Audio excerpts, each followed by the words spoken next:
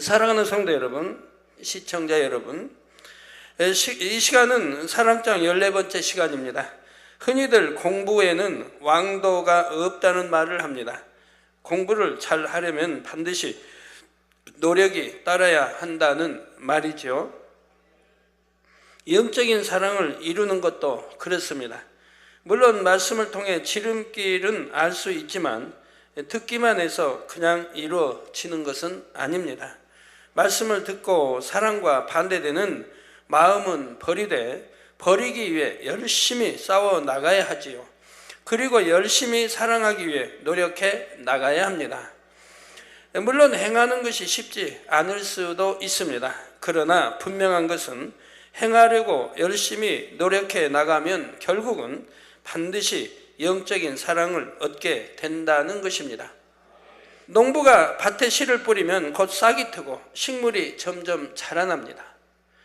농부들은 이렇게 채소든 과실이든 농작물을 가꾸어서 열매를 거두는 것이 재미있다고 표현하기도 하지요. 영적인 농사도 마찬가지입니다. 열심히 영적인 사랑을 일궈 나가면 영육 간의 축복의 열매들이 맺힙니다. 부지런히 말씀을 듣고 행해 나가 보시기 바랍니다. 그러면 영적인 사랑의 열매가 맺히는 재미와 기쁨을 느끼게 될 것입니다.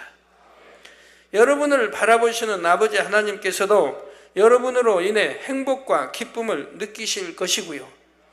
오늘도 영적인 사랑은 어떻게 이룰 수 있는지 그 비결을 말씀드립니다. 말씀을 들으시고 열심히 행하셔서 영적인 사랑의 열매를 많이 맺으시기를 주님의 이름으로 축원합니다. 사랑하는 성도 여러분, 이 시간에는 사랑은 자기의 유익을 구치 아니하며 성내지 아니하며 하신 말씀으로 은혜를 나누도록 하겠습니다. 먼저 사랑은 자기의 유익을 구하지 않는 것이라 말씀합니다.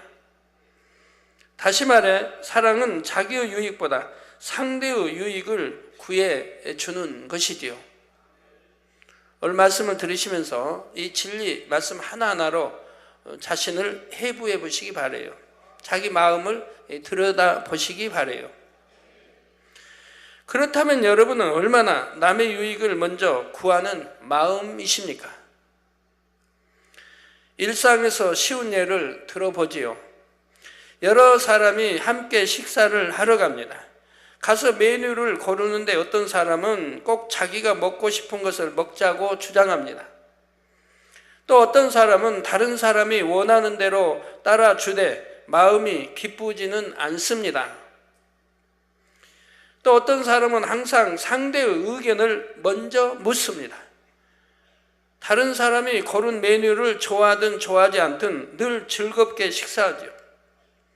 어떤 사람은 상대 의견을 묻고도요, 그러고 나서 그 답을 듣고도요, 자기 마음대로 하는 사람들은 또 많이 있어요. 제가 옛날에 부흥성에 다닐 때, 이제 국내 부흥성에 다닐 때 80년대 보면, 그 부흥 강사를 아주 최대로 이렇게 대접을 하지요. 그러면 뭘 이제 좋아하는지 물어요. 그러면 이제 제가 답변할 거 아닙니까? 답변하는데 제가 좋아한다고 하는 거를 답변을 듣고 나서 해준 그런 교회가 기억이 없어요. 본인들이 해주려고 했던, 좋아한다고 하는, 그 지방에서 가장 맛있는 음식점에 좋아한다고 하는 그런 것들로 대접하지, 제가 말한다고 해서 그대로 따라주는 그런 교회는 뭐 별 기억이 없어요.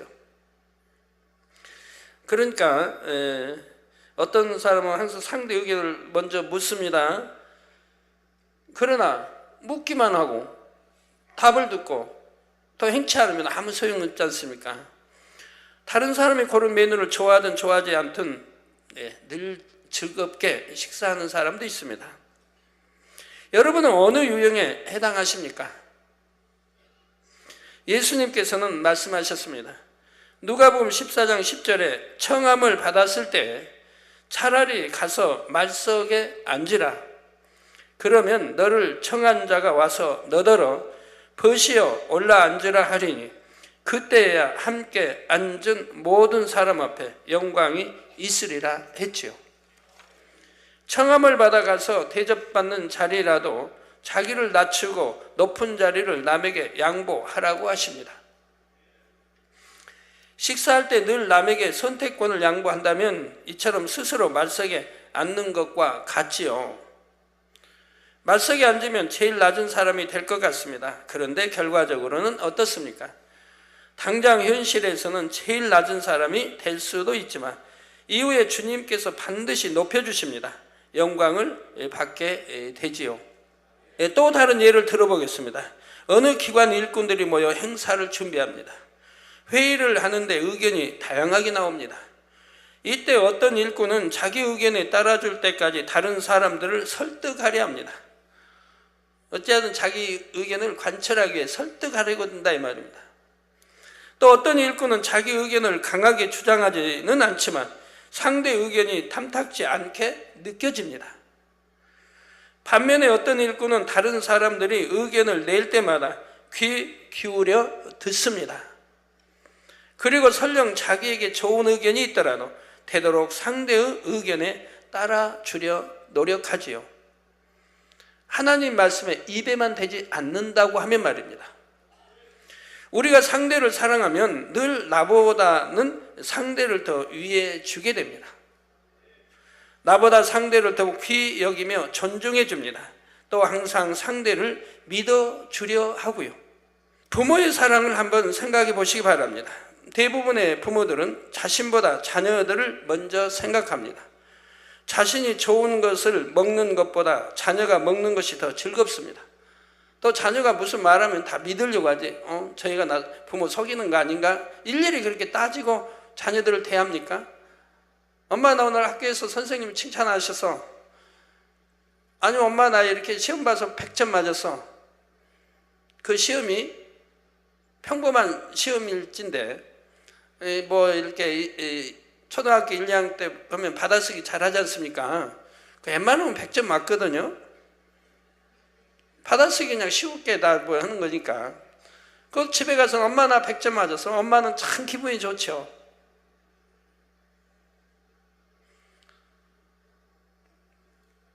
그리고 선생님한테 꾸중을 들었다 해도 엄마 오늘 선생님 나 칭찬하셨으면 다 믿어주고 싶은 거예요. 혹시 나 거짓말하지 않나? 하질 않죠.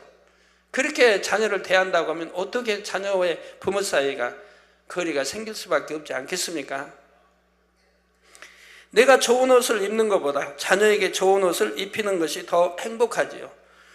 또 내 자녀가 나보다 더 똑똑하길 원합니다.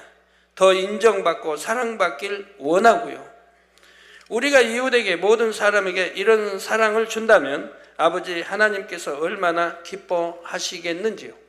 자기 유익보다 남의 유익을 먼저 구하는 마음은 아낌없이 줄 수 있는 마음, 희생하는 마음입니다. 이런 마음은 아버지 하나님 주님을 닮은 마음이기에 감동을 받으실 수밖에 없지요. 우리 예수님께서도 늘 상대 유익을 먼저 구하셨습니다. 잘 드시지도 주무시지도 못하시며 목자 없는 양같이 유리하는 백성들을 위해 사셨지요. 예수님의 사랑은 단순히 자신의 자아가 없기 때문에 자신의 유익을 구하지 않는 차원이 아니었습니다. 그 마음의 영혼들을 향한 사랑이 가득해서 누릴 수 있는 것도 다 포기하는 차원이었지요. 예수님은 하나님의 아들로서 하늘 영광을 다 버리고 낮고 천한 이 땅에 오셨습니다. 육적으로 보면 늘 고생만 하시다가 십자가에서 처참한 최후를 맞으셨지요. 그런데 우리 예수님은 불행하셨을까요? 결코 그렇지 않으셨습니다. 여러분은 사랑하는 사람에게 가장 소중한 것을 선물해 본 적이 있으십니까? 주고 나눌 때의 기쁨은 그 어떤 기쁨보다 크지요. 우리 주님은 바로 이런 최고의 기쁨을 누리셨던 것입니다. 여러분 부모님들이 나는 잘 먹지 못하고 또는 줄인다 할지라도 자녀들에게 잘 먹이고 잘 입히고 한다고 하면 부모의 마음이 쓰립니까? 속상합니까? 아니지 않습니까? 행복하지 않습니까? 내가 줄이고 난 잘 못 먹어도 내 자녀가 잘 먹이고 자녀들 잘 입히고 자녀들이 기뻐하는 모습을 보면 부모님 마음이 흡족하고 행복하지 않습니까? 자녀 사랑하기 때문에 자신이 희생한다 이 말이에요. 그래도 좋다 이 말입니다. 내 유익을 구하지 않고 자녀의 유익을 구해줘도 그래도 행복하다 이 말이에요. 왜? 사랑하기 때문에 그런다 이 말입니다. 우리 주님이 바로 이런 최고의 기쁨을 누리셨던 것입니다. 여러분, 부모 간에, 부모 자식 간에, 부부 간에, 형제 간에 이런 사랑하지 못하는 분도 있으면 정말 오늘 밤은 깨어지시기 바라요. 정말 깨어지시기 바라요. 내가 얼마나 악한 자인가. 내 남편 하나, 내 아내 하나 사랑하지 못하고 나를 낳아주신 부모님 사랑하지 못하고 내 형제 하나 사랑하지 못하고 내 유익만 구하고 내 유익만 구하니까 서로 부딪히고 서로 다투고 싸우는 거죠. 이 최고의 행복은 어떻게 하면 누릴 수 있습니까? 바로 온전한 사랑을 이룰 때 소유하게 됩니다.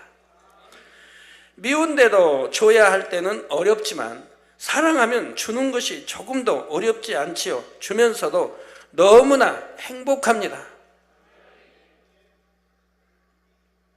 그러므로 여러분 모두는 이웃을 내 몸과 같이 사랑하는 삶, 받기보다 주는 삶을 사시기 바랍니다. 그러기 위해서는 주님의 마음을 닮아 나가야 하지요. 또한 매사에 나보다 내 주변을 먼저 생각하려고 끊임없이 노력해 나가야 합니다. 어떤 유익되는 일이 있을 때 나부터가 아니라 내 이웃부터, 내 형제부터 생각하는 삶을 사시기 바랍니다. 또 나보다는 하나님, 주님, 목자가 먼저이고 내 일보다 교회 일이 우선순위가 될 수 있기를 부탁드립니다. 가정에서도 나보다 내 부모, 형제, 내 남편, 아내, 자녀부터 돌아보실 수 있기 바라고요. 이처럼 범사에 자신을 항상 마지막에 두고 행하면 여러분은 누가 돌보아 주실까요? 우리 주님께서 돌보아 주십니다. 사도행전 20장 35절 후반절에 보면 주 예수의 친히 말씀하신 바 주는 것이 받는 것보다 복이 있다 하심을 기억하여야 할지니라 했습니다. 우리가 남의 유익을 구할 때 주님께서는 분명 더 좋은 것으로 갚아주십니다. 하늘나라에는 상급이 쌓입니다. 그래서 친히 주는 것이 더 복되다 말씀하신 것이지요. 그런데 이 말씀의 의미를 오해해서는 안 됩니다. 충성하고 헌신한다고 자기는 조금도 돌보지 않으면 오히려 영광을 가릴 수도 있습니다. 자기를 위해서는 먹지도 쉬지도 않고 무리하다가 오히려 몸이 상하거나 하면 안 되지요. 물론 자신의 분량에 넘치도록 충성하는 마음은 하나님께서 참으로 기뻐 받으십니다. 그러나 온전해지기까지는 육을 위해 일용할 양식도 구하고 때로는 휴식도 취해야 합니다. 또 때로는 개인적으로 기도하고 금식하며 말씀을 묵상하는 시간도 가져야 하지요.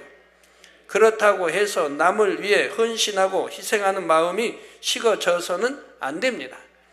하나님의 자녀로서 자신보다는 교회와 영혼들이, 이웃과 가족들이 우선순위인 삶을 살아야 하지요.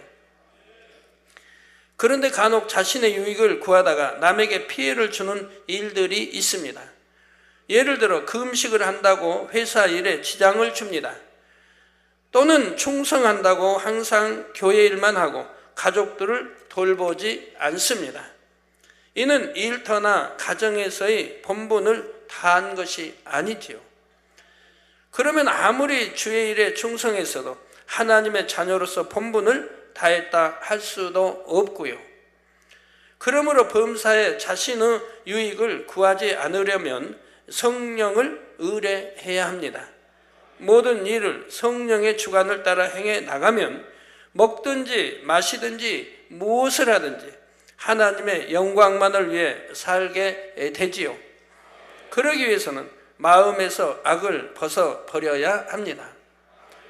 거기다 마음의 참 사랑을 이루면 각 상황마다 선의 지혜가 풍성히 임합니다. 하나님의 뜻을 잘 분별할 수가 있지요. 이처럼 영혼이 잘되면 범사가 잘되고 강건해져서 마음껏 충성할 수가 있습니다. 하나님의 자녀로서 갖출 것을 반듯하게 갖춤으로써 믿지 않는 이웃이나 가족들에게도 인정받고 사랑받게 되지요. 여러분 모두가 늘 아버지 하나님의 심정으로 늘 자신보다 주변을 먼저 살피시기 바랍니다. 그리고 풍성한 주의 사랑을 공급해 주시기를 주님의 이름으로 축원합니다. 사랑하는 성도 여러분, 다음으로 사랑은 성내지 아니하며 했습니다. 자, 상대가 피해를 주거나 어떤 일이 자기 뜻대로 되지 않으면 곧잘 노여워하는 사람들이 있습니다. 이처럼 성내는 것은 사랑이 아니지요. 또 성내는 것은 너무나 무익하고 해롭습니다. 또 가끔 가정에서 그런 일이 있겠습니다만 예전에 말입니다. 여러분 복음화되지 않았을 때 또 남편 되신 분들도 집대를 부시는 거 보면 참 겁나지요. 상부터 뒤에 엎어버리고 좀 상이 마음에 안 든다고 엎어버리고 아내가 좀 뭐라고 몇 마디 하니까 일어나서 몽둥이 가지고 막 이제 거울을 깨버리고 TV 막 박살 내버리고 곳곳에 막 박살을 냅니다. 그러면서 막 분풀이를 합니다. 아내는 그냥 사시나무 떨지요. 주먹으로 때리고 발로 차고 몽둥이로 때리고 그래도 분이 안 풀려서 상을 엎어버리고 그리고 그냥 거울을 깨고 TV를 작살내고 그러는 것도 봤습니다. 얼마나 이 성낸다고 하는 게 화내고 성낸다고 하는 게 어리석은 건지 자기 돈 들여서 다 장만해야 하는 걸 그렇게 자기 집을 망가뜨리니 성내는 것은 너무나 무익하고 해롭다는 거 아셔야 됩니다. 또 자기 몸을 망치죠. 자기 가족을 너무 불안하게 만들죠. 성내면 어떻습니까? 마음이 심히 상하지 않습니까? 사랑은 사람의 마음을 긍정적으로 만듭니다. 반면에 성내는 것은 사람의 마음을 부정적으로 만듭니다. 상하게 하고 어둡게 하지요. 따라서 성내면 하나님의 사랑 안에 거할 수가 없게 됩니다. 또한 영적인 성장도 더디게 되고요. 원수 마귀 사단은 하나님의 자녀들이 성냄으로써 걸려 넘어지게 합니다. 원수 마귀가 하나님의 자녀에게 놓는 대표적인 올무가 바로 미움과 성냄이라는 사실입니다. 여러분이 화가 났다. 누굴 미워한다. 화가 났다. 혈기가 났다. 이건 다 사단이 여러분 생각을 주관하는 거예요. 생각을 주관해요. 악하기 때문에 여러분 생각을 주관하면 마음이 요동해요. 누굴 미워하게 하면 미움이 요동해요. 화나게 하면 또 마음이 요동해요. 그렇게 마음이 이제 요동하면 그것이 행함으로 나타나는 거예요. 육체일 행함으로 나타나요. 이제 폭력을 행한다든가 손이 간다든가 욕을 한다든가 이런 행함으로 나타난다 이 말입니다. 사단이 생각을 주관해요. 이 생각을 주관하는 것은 내 마음에 그 생각에 따른 악이 있기 때문에 그런 거예요. 그러면 생각을 주관하면 사단이 자꾸 충동질하죠. 그래서 그걸 진리가 아니니까 버려버리고 얼른 마음을 돌이켜야 되는데 그리 아니하기 때문에 사로잡혀가면 결국 마음이 요동하고 마음이 요동하면 결국은 육체일인 행함으로 나오게 된다. 입술에 욕이 나온다든가 심한 말이 나온다든가 폭력이 나오게 되는 것이라 이 말입니다. 내 마음에 악이 있기 때문에 다 그런 것이 발동되어 나오는 거죠. 선하다면 할 수가 없죠. 그러므로 성내게 하는 마음의 감정들과 미움들을 신속히 벗어버려야 합니다. 혹시 여러분의 모습 속에 성내는 모습은 없는지 잘 점검해 보시기를 바랍니다. 그런데 성내는 것은 단지 격렬히 화를 내고 큰 소리로 욕하며 폭력을 쓴다든가 하는 것만이 아닙니다. 얼굴이 굳어지고 일그러진다든가 얼굴색이 변하는 것, 말투가 퉁명스러워지는 것 등도 성내는 것에 속하지요. 정도의 차이는 있지만 마음에 있는 미움, 불편함 등의 감정이 밖으로 드러난 것이기 때문입니다. 그렇다고 해서 상대의 외모만 보고 화가 났구나 판단, 정죄해서는 안 됩니다. 육에 있는 사람은 상대의 마음을 정확히 헤아리기 어렵지요. 중심은 하나님만이 아십니다. 또 성내는 것 같아 보여도 성내는 것이 아닌 경우도 있지요. 예를 들어 예수님께서 성전에서 매매하는 자들을 내어 쫓으신 일이 있습니다. 노끈으로 채찍을 만들어 양과 소 등 재물들을 내어 쫓으셨습니다. 돈 바꾸는 자들의 상과 비둘기 파는 자들의 의자를 둘러 엎으셨지요. 세상 사람들이 이 모습을 본다면 예수님도 화를 내시나 보다 하고 생각할 수 있습니다. 그러나 이때 예수님은 미움 같은 감정 때문에 노하신 것이 아니라 의분을 내신 것입니다. 의분을 내심으로써 하나님의 성전을 더럽히는 불의가 결코 용납될 수 없음을 깨우쳐 주신 것이죠. 그러니까 하나님의 성전을 더럽히는 것은 결코 용납이 되지 않는다는 것을 깨우쳐 주신 것이라 이 말입니다.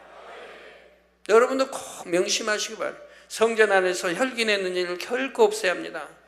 성전 안에서 어떤 나쁜 행동, 도적질이든 하여튼 나쁜 행동 없애야 합니다. 성전을 어떤 더럽히는 일 없애야 합니다. 또 어떤 성전 안에서 육체 일행에서는 절대로 안 됩니다.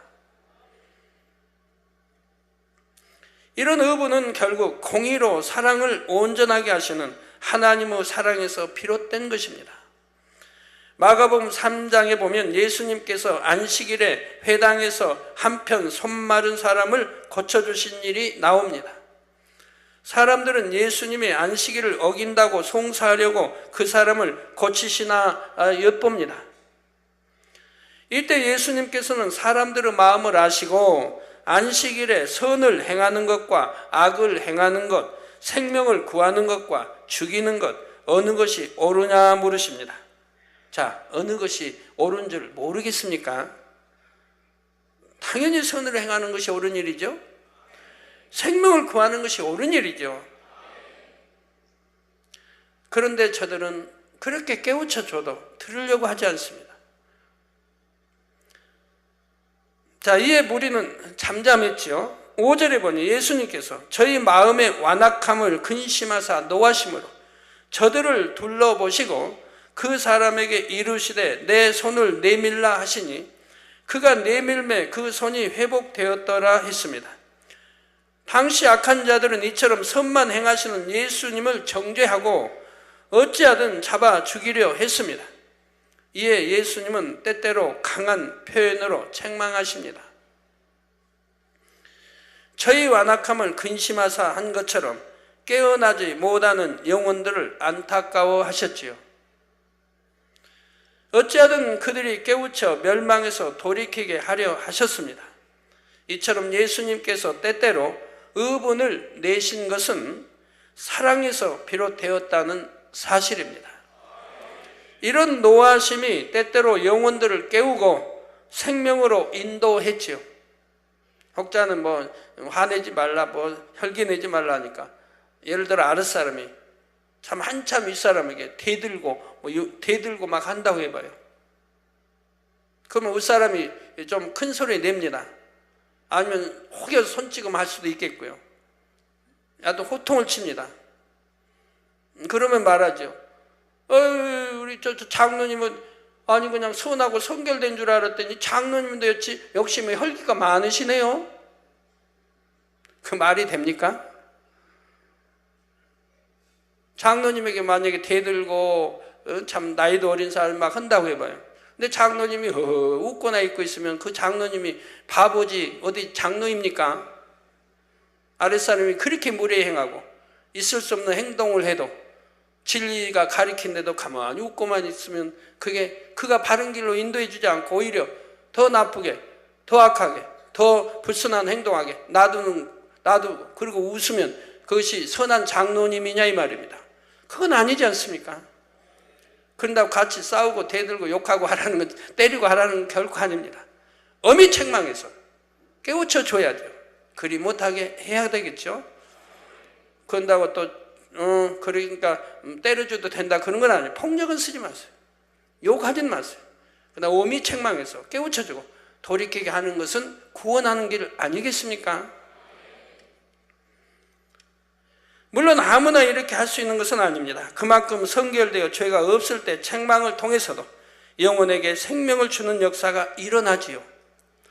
반면에 마음이 온전히 성결되지 않으면 이런 선한 결실을 맺을 수가 없습니다. 엘리사의 경우 엘리야보다 갑절의 영감을 받아 많은 권능의 역사를 나타냈습니다. 그런 그였지만 아이들이 자신을 대머리라 놀리자 그만 놓아요 여호와의 이름으로 아이들을 저주합니다. 그러자 그 저주가 임함으로 42명이나 되는 아이들이 앙콤에 찢겨 죽고 말았죠. 여러분 이걸 보시면 아이고 어떻게 그런 선지자에게 그런 권능을 주셨을까 생각할 분도 있을 것입니다. 그러나 이 성경을 보면 이 아이들이 너무 심하게 굴었어요. 너무 심하게 엘리사 선지자를 너무 심하게 놀린 거예요.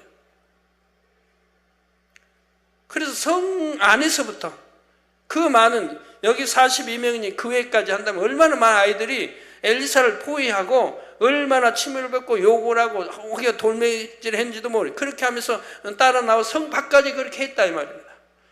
그 대머리에 올라가라 대머리에 올라가면서 온갖 욕을 하고 다 한다 이 말입니다. 성 안에서부터 성 밖에까지. 그러니 많이 엘리사가 참고 참았던 것이죠. 꼭 그러지 말라고 했을 거고 저리 가라고 했을 거고 온갖 달래기도 했을 겁니다. 그러나 듣지 않고 그 수십 명의 아이들이 그렇게 괴롭히니 그만 이런 저주가 나오고 말았습니다만 그렇지만 그래도 어린 아이들의 생명이 참았어야 하는데 끝까지 참지를 못함으로 인해서 그만 엘리사에게도 병이 오는 것을 봅니다. 그래서 엘리사는 자신이 이룬 큰 행적들과 상반되게 병으로 죽게 됩니다. 야고보서 1장 20절에 사람의 성내는 것이 하나님의 의를 이루지 못함이니라 한 말씀을 여실히 보여주지요. 그러므로 하나님의 자녀로서 성내는 것이 얼마나 안타까운 일인가를 깨달으시기 바랍니다. 또 우리가 반드시 알아야 할 것은 성령 회방, 모독, 거역의 죄에 대한 것입니다. 마태복음 12장 31절에 그러므로 내가 너희에게 이르노니 사람의 모든 죄와 회방은 사하심을 얻되 성령을 회방하는 것은 사하심을 얻지 못하겠고 말씀하십니다. 성령의 역사가 나타나는 교회와 권능의 종을 판단 정죄하며 하나님의 나라를 회방하는 경우가 있습니다. 이런 경우에도 무조건 참고 잠잠한 것이 선이 아니지요. 만약 부모님에게는 아무 잘못도 없는데 이웃이 악한 말로 부모를 욕하고 대적합니다. 그런데도 이를 가만히 보고만 있다면 그 자녀를 선하다고 할 수가 있겠는지요? 과연 여러분은 진리 안에서 옳은 것을 옳다, 그른 것을 그르다 담대히 말할 수 있으십니까? 이런 분야도 잘 점검해 보고 변화되시면 더욱 흠도 점도 티도 없는 마음으로 나오실 줄 믿으시기 바랍니다. 그러면 성내지 않기 위해서는 어떻게 하면 될까요? 절제를 잘해서 꾹 눌러 참으면 될까요? 마음에서 성내게 하는 감정들을 벗어버려야 합니다. 사랑은 오래 참는 것이라 했습니다. 이때 오래 참는 것은 억지로 눌러 참는 것이 아니라 했지요. 아예 참을 것이 없도록 마음을 선과 사랑으로 승화시키는 것이죠. 이게 처음에는 물론 참는 거예요. 참지 못할 일이 있으니 참는 거예요. 참는 방법도 여러 가지잖아요. 예를 들어서 참 손찌검을 잘한다. 뺨을 그냥 화가 나면 올려 때린다고 해봐요. 그러면은 이제 다음에는 진리를 안 다음에는 어떻게 해야 돼요? 참는 거예요. 하나 둘 셋 하면서 참아요. 한 10가지 셀 때까지 참아요. 때리면 안 되지. 참아야지. 하나 참아야지. 둘 셋 해봐요. 그래 참는 거예요. 그렇게 참다 보면 그런 일이 자주 이제 일어나면 다음에는 10가지 안 가도 7가지만 가도 참아지고 5가지만 참아지고 4가지, 3가지, 2가지 결국 참아지죠. 그런 능력이 생기죠, 내 안에. 그러다 보면 이제 참지 않아도 되는 그런 단계로 들어가지 않겠습니까? 완전히 이제 내가 손바람을 내는 이러한 것이 다 사라질 거 아니겠습니까? 그렇게 참으라는 거예요. 참고 참으면 그러면 결국은 참을 필요 없는 참음에 참을 필요가 없는 완전히 없어져 버리는 참을 필요가 없는 그렇게 돼야 된다 이 말입니다. 물론 하루아침에 마음에서 감정을 다 버리고 선과 사랑으로만 가득 채울 수 있는 것은 아닙니다. 매일매일 꾸준히 노력해 나가야 하지요. 우선 화가 나는 상황이 찾아왔을 때 참는 훈련을 해야 합니다. 성낼 일을 만나면 시간을 갖고 성내는 것이 과연 무슨 유익을 주는가 찬찬히 생각해 보시기 바랍니다. 그러면 한순간 참지 못함으로 후회할 일이나 부끄러움을 당할 일이 생기지 않으니 얼마나 좋습니까? 이렇게 참고 인내해 나가면 나중에는 성나게 하는 감정들까지 벗어버리게 됩니다. 자, 상대가 나를 심히 괴롭게 해도 마음이 평온하지요. 그러면 얼마나 평안하고 행복할까요? 화평이 깨어지지 않는 내 안에서 화평이 나하고 사이 화평이 안 깨지니까 상대하고도 화평이 안 깨집니다. 그러다 상대가 어떤 오해를 해가지고 정말 상대가 화가 나서 내 뺨이라도 때리면 그때는 어떻게 하라고 그랬어요? 나는 잘못도 없고 따지도 않고 뭐 싸우지도 않고 욕도 안 했는데 상대가 화가 나가지고 막 욕하다가 내 뺨을 때렸다. 그러면 어떻게 해요? 그때는 더 참으면 안 되겠죠? 참을 것도 없이 다 버려졌으면 또 참아서 안 되는 그런 것도 없다 이 말입니다. 형제야, 아직도 푼이 안 풀리면 내 왼뺨도 때려달라고. 이제 오른뺨 때렸으니 인상 쓰고 화내면서 그러면 상대가 더 화나죠. 정말 사랑으로, 사랑한 마음으로 그렇게 한다고 하면 오해도 풀릴 것이고, 그 자리에서는 오해 안 풀렸다고 해도 시간이 지나면 하나님이 성령이 역사합니다. 상대의 마음. 그래서 오해가 풀리게 하는 것이고요. 오히려 잘못했다고 해오게 되는 거죠. 그러면 승자가 되는 거 아닙니까? 이거 하나 맞았다고 해서 뭐 손해갈 거 뭐 있습니까? 그냥 따끔 좀 했으면 됐지. 마음이 안 상하면 되는 거 아니에요? 그 다음에 상대가 잘못했다고 오히려 사과해요. 그리고 화평할 수 있으니 얼마나 좋은 것입니까? 화내고 싸우는 거하고 내가 참고 참을 것도 없이 참는, 이렇게 되어지면 얼마나 행복하겠습니까? 잠언 12장 16절에 미련한 자는 분노를 당장에 나타내거니와 슬기로운 자는 수욕을 참느니라 했습니다.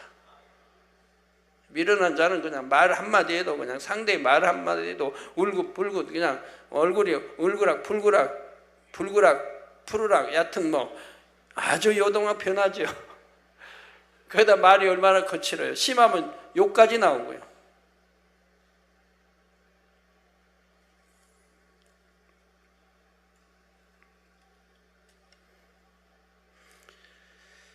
그러나 슬기로운 자는 그 수욕을 참는다 이 말입니다. 참는 자가 이기는 자요 승리하는 자입니다. 잠언서 19장 11절에는 노하기를 더디하는 것이 사람의 슬기요 허물을 용서하는 것이 자기의 영광이니라.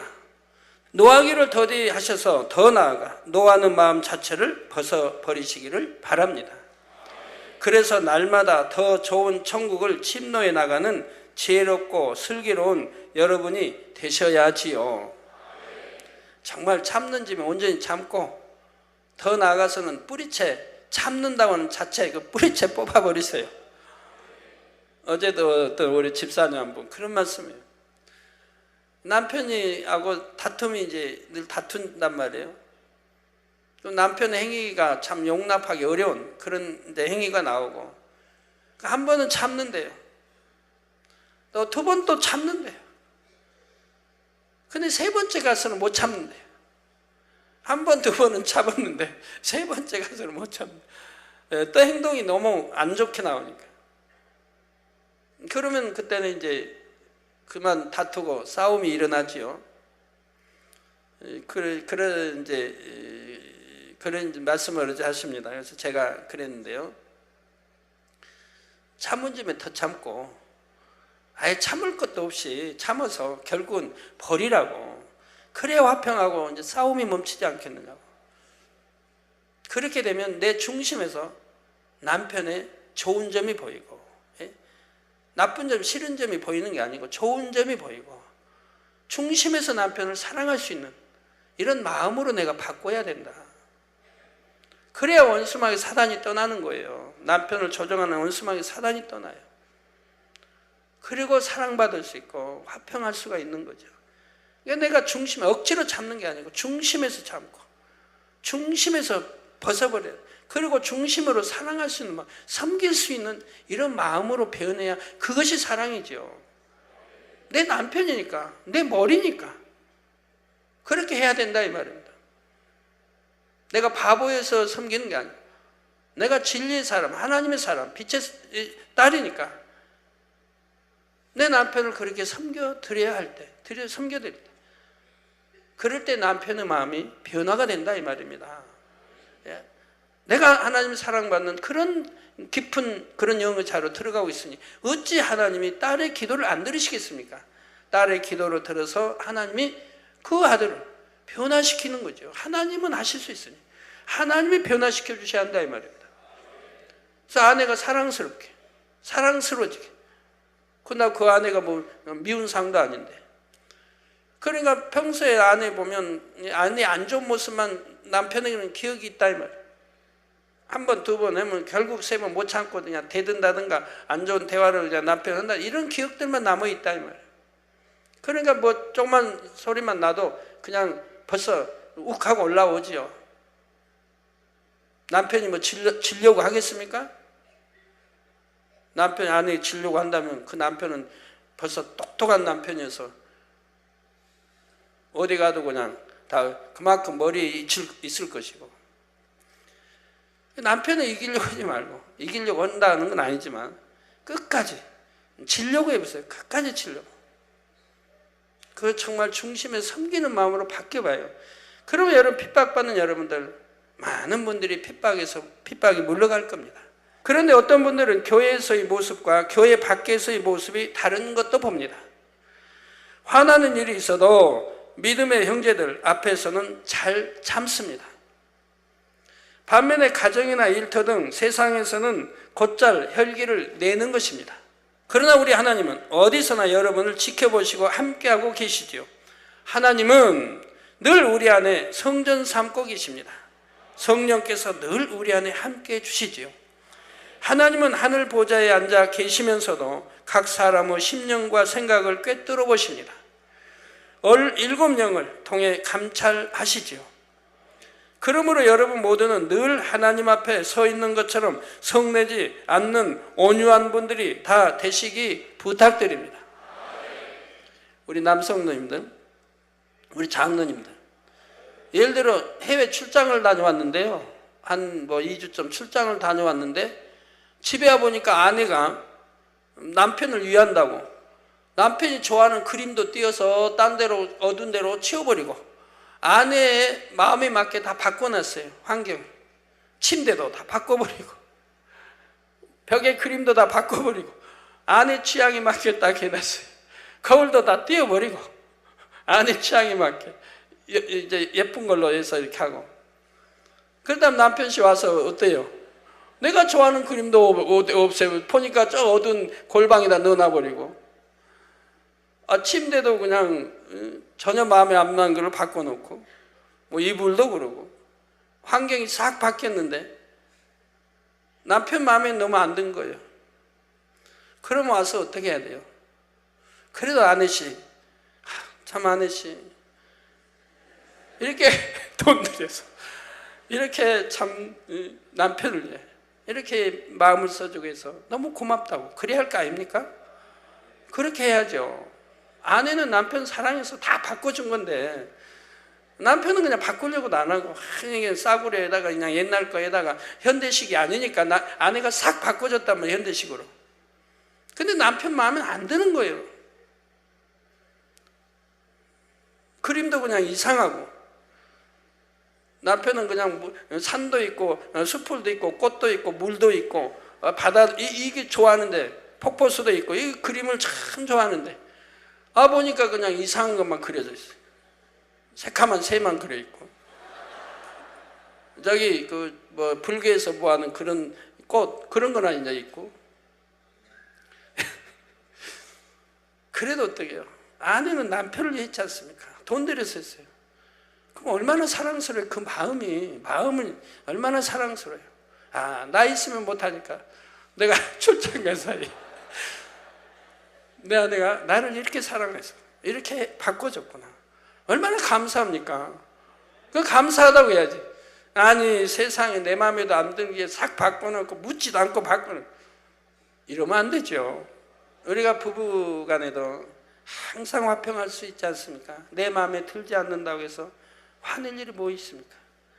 그 마음이 고운데 나를 사랑하는 마음에서 모든 걸 하는데 또 어떤 남편은 아내가 그렇게 사랑하는 마음으로 한다면 왜 화가 나요? 아내가 그냥 너무 남편에게 속상하게 하니까 그러지. 속상하게 생각하면 속상한 거예요. 선으로 생각하면 너무 사랑스러운데 육으로 생각하면 사랑스러운 게 아니라 화날 수도 있는 게 많이 있죠. 선으로 생각하면 너무 사랑스러운데 너무 아름다운데 그러니까 싫어도 한 1년은 참아야죠. 이제 낡은 옷을 벗어버리듯이 형제에게 성내는 사랑 없는 모습을 다 벗어버리시기 바랍니다. 그리고 선과 사랑과 온유의 새 옷을 입으시기를 주님의 이름으로 축원합니다. 결론 말씀드립니다. 사랑하는 성도 여러분, 우리 예수님께서 이 땅에 오신 이유가 무엇입니까? 우리에게 구원과 영원한 생명, 참 평안, 부요함 등 이 모든 것을 선물로 주시기 위함입니다.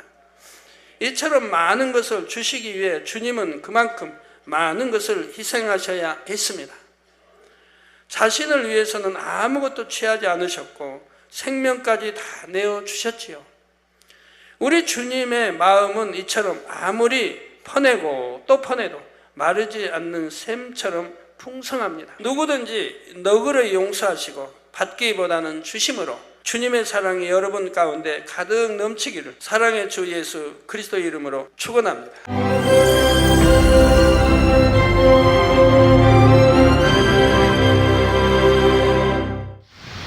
할렐루야. 전능하신 사랑의 아버지 하나님, 이 시간 기도받는 모든 성도님들 위해 안수하여 주옵소서.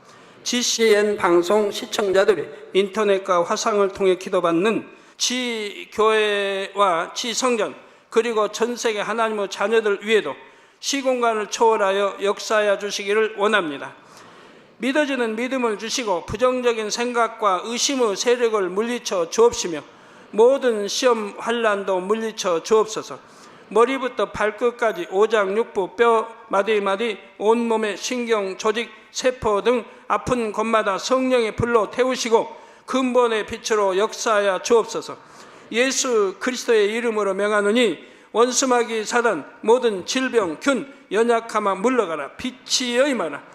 모든 불치 난치병도 성령의 불로 태워 깨끗하게 역사하여 주옵소서. 말라리아를 비롯한 모든 풍토병도 물리쳐 주옵소서. 감기, 기침, 열, 몸살, 독감 등 각종 유행성 질병도 다 물러가라. 어떠한 유행성 질병 균도 틈타지 않게 지켜 주옵소서. 위암, 폐암, 간암, 유방암, 자궁암, 대장암, 피부암 등 각종 암과 에이즈, 백혈병, 뇌졸중, 고혈압, 저혈압, 심장병, 폐병, 위장병, 당뇨, 부인병, 피부병, 갑상선 질환과 모든 염증도 깨끗게 하여 주옵소서. 소아마비, 중풍, 관절염, 디스크도 온전케 하여 주옵소서. 요통, 두통, 신경통을 비롯한 모든 통증은 사라질지어다. 간질, 자폐증, 우울증, 조울증, 노이로제 등 모든 정신질환도 물러가라. 모든 마비된 것도 풀어지고 일어나 걷고 뛸지어다. 눈도 잘 보이게 하옵시고 귀도 잘 들리게 하여 주옵소서.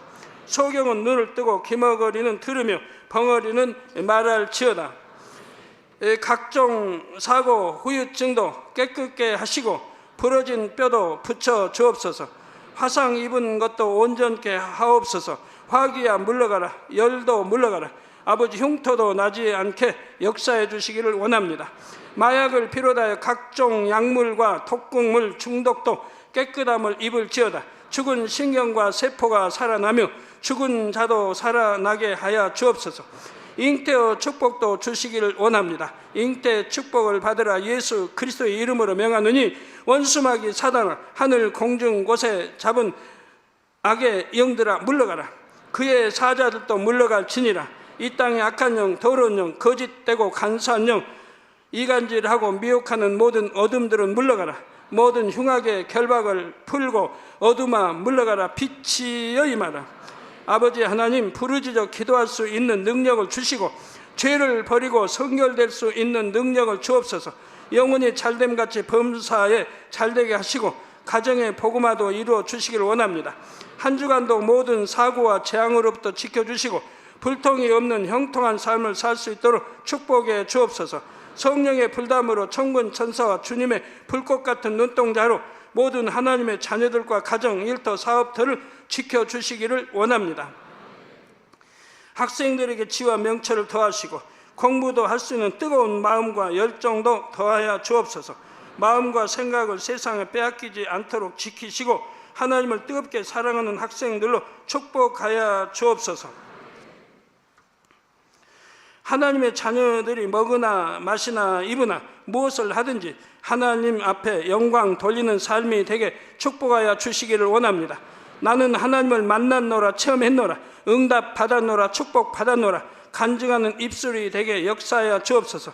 아버지 하나님 감사합니다. 홀로 영광 받으옵소서. 우리 주 예수 그리스도의 이름으로 기도하옵나이다. 아멘.